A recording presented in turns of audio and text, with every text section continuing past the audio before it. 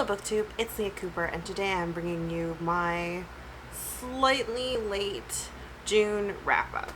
So I didn't read a ton in June. I think, well, I said that I read less than I wanted to, but I read actually pretty on mark for the last couple of months. I haven't really talked about this here on this channel, maybe like briefly, but I did get a job in late May where I'm working part-time at a used bookstore, so I do have less just general free time.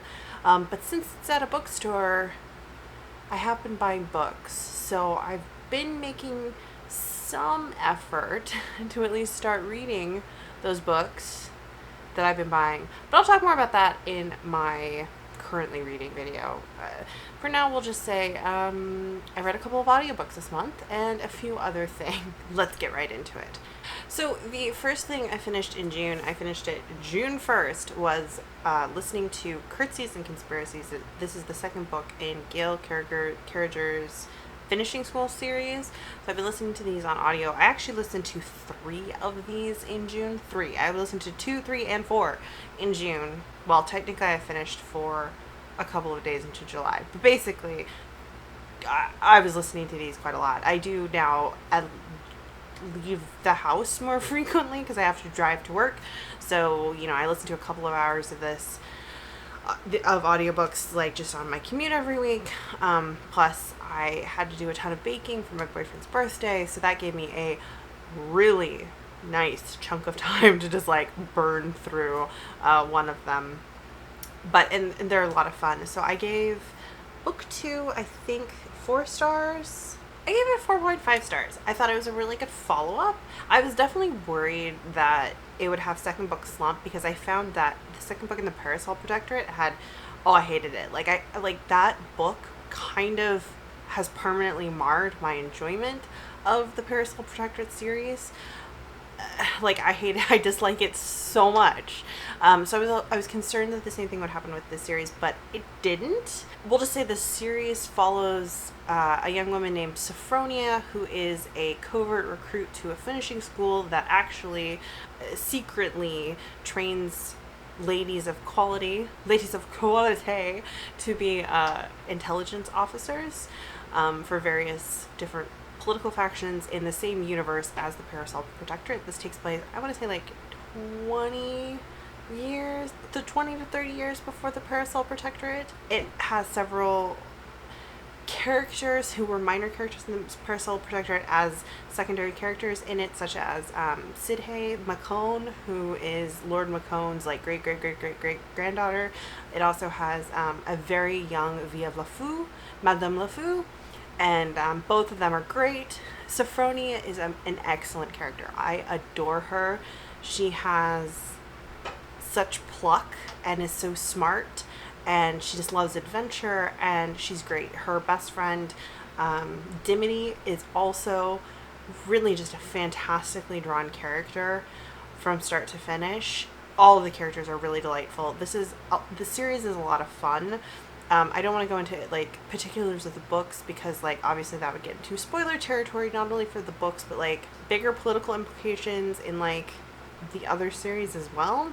But it basically follows the girls through 3 or so years of time at finishing school with various adventures. It ties into plot lines that are referenced or have impact in the Parasol Protectorate. For that reason, I would say you might want to read the Parasol Protectorate first, because I think it will engender a lot more attachment to the characters and interest in some of these secondary plots. Also, this series does spoil some things in the Parasol Protectorate. That being said, I do think it's a better series than the Parasol Protectorate. It's really hilarious. The romantic relationships are great. There is a bit of a love triangle that could have been terrible, and I'm glad it ended the way I'm glad it developed the way it did. So yeah, I highly recommend them. The entire series is narrated by Maura Quirk. She does a fantastic job. Both the audiobook narrators for the Parasol Protectorate and the Finishing School series. They're two different women.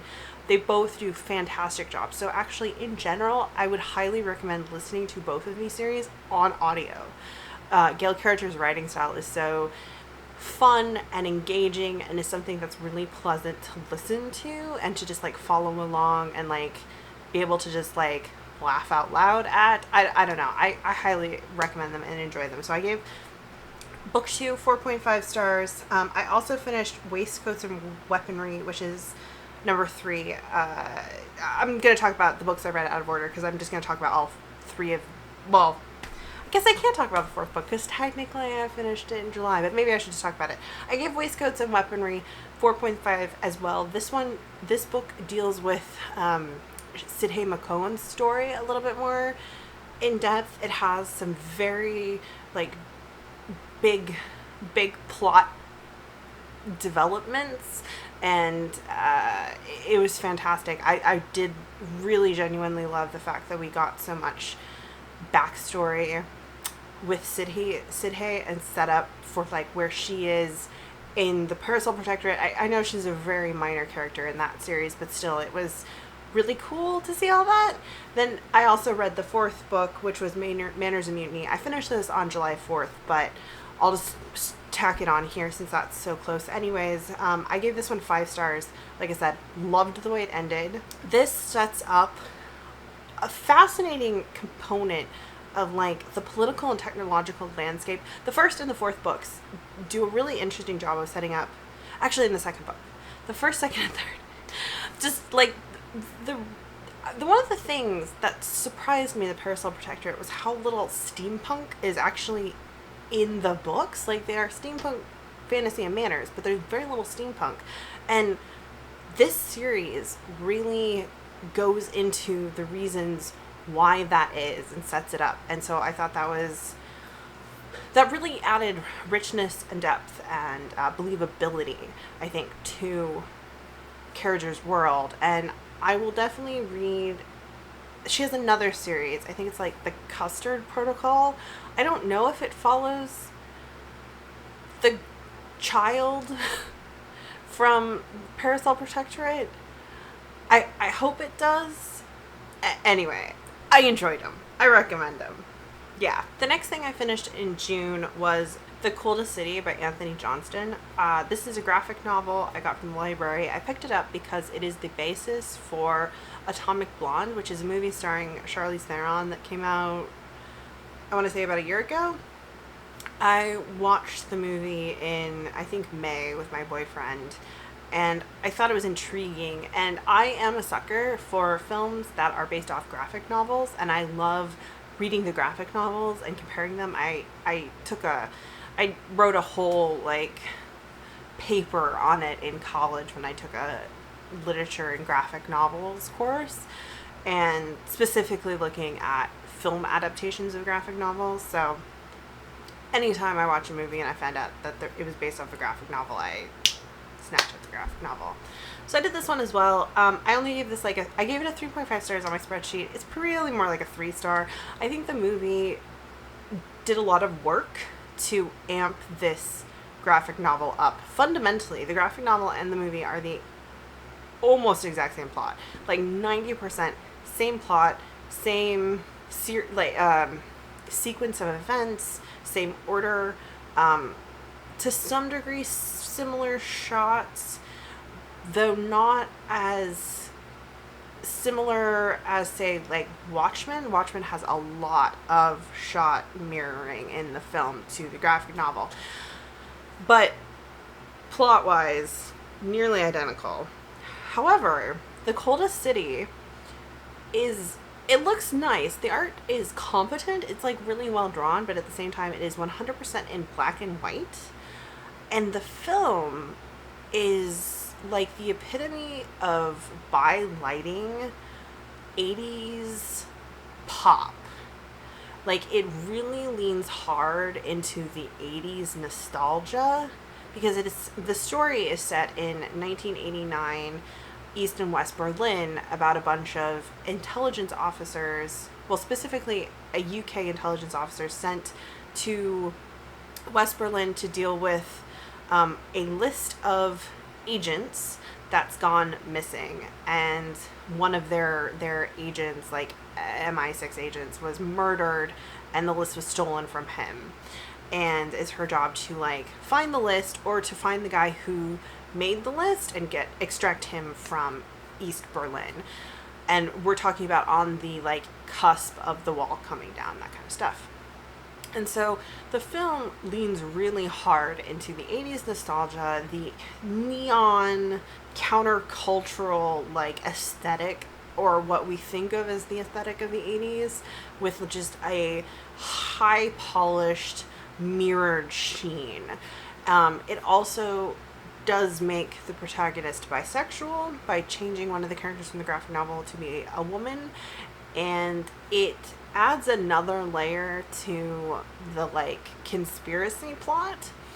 And for all of these reasons, it's just more visually engaging and slightly more interesting than the graphic novel. By comparison, the graphic novel, it falls a little bit black and white flat. Black and white hetero flat. I really only gave it 3 because the graphic novel's not doing anything. Fundamentally, it's just a Cold War spy story, and not a very in-depth one at that. The movie at least tries to elevate that plot line to be something aesthetically more interesting. So yeah, go watch the movie, I guess. It's kind of like the graphic novel for Road to Perdition. It's another one where the film, while being very dark and grim, also a beautiful film, 100% recommend. Tom Hanks is amazing. That film has a very specific, consistent aesthetic, and even with a muted color palette, is still, in my mind, very rich. And the graphic novel is 100% pen and ink on not quite newsprint, but it's on a newsprinty thin paper, and it just doesn't, it falls flat because like it, again, they have similar stories, and the stories aren't doing a whole lot in the graphic novel because there's just like the art isn't adding anything to it, it's just conveying it. And so in the film, with a richness of like cinematography and costuming, and then an added layer from the actors' portrayals, like there's an emotional depth to the film that just that give the story more depth than it has kind of on like this flat pen and ink page. Yeah.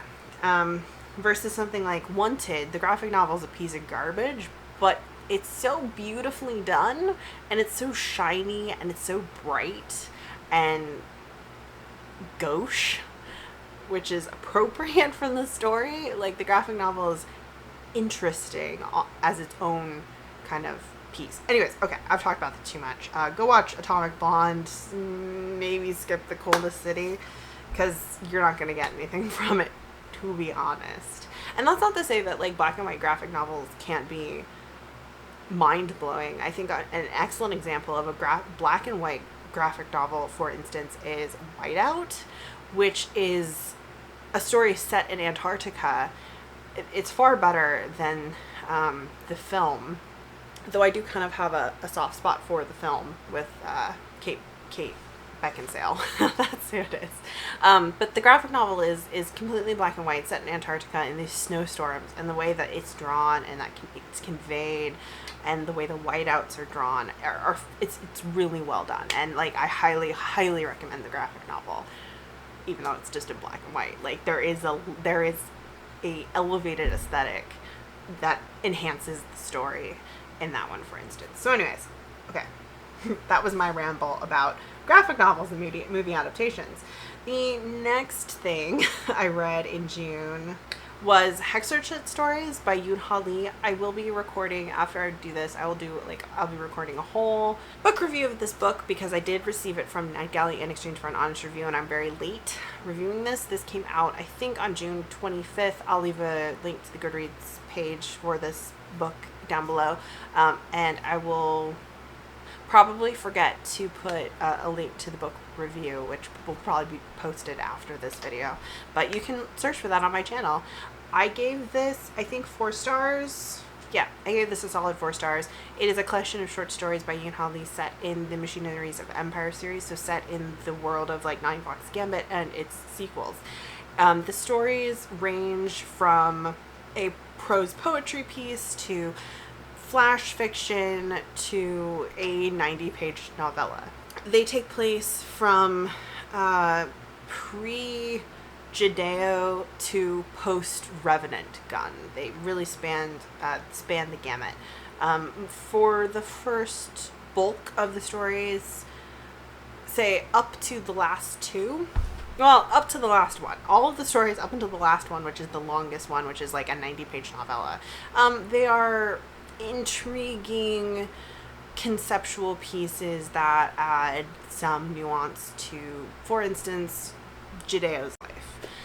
Completely useless to the average reader. If you are not like a fan of the Machineries of Empire trilogy, these short stories will mean nothing. Even if you are a fan of this trilogy, some of them, your mileage will vary with them. To be frank, some of them are quite interesting. There was one, for instance, that's like a snippet Yoon Ha Lee describes as originally the prologue to Nine Fox Gambit, even though he doesn't like prologues, and hence one of the reasons it was chopped from the final book. And fascinatingly, it makes me like parts of the trilogy even more having now read it. And I think it's so fascinatingly beautiful, and I really wish it had made it into Nine Fox Gambit's final form. So, you know, there's that. If you're interested in like little snippety backstory bits from Judeo and Cheris, that first chunk of the book will be amusing. The real standout star of this short story collection is the final piece, the novella, whose name is escaping me. I have it in my Goodreads. I'll say the name of it in the review. It takes place a couple of years after the end of Revenant Gun, and while I know it could not have been a part of Revenant Gun, it also feels completely vital and necessary to that book. I found Revenant Gun extremely emotionally disappointing, to be frank. Like, I give it like a 3-star in my review.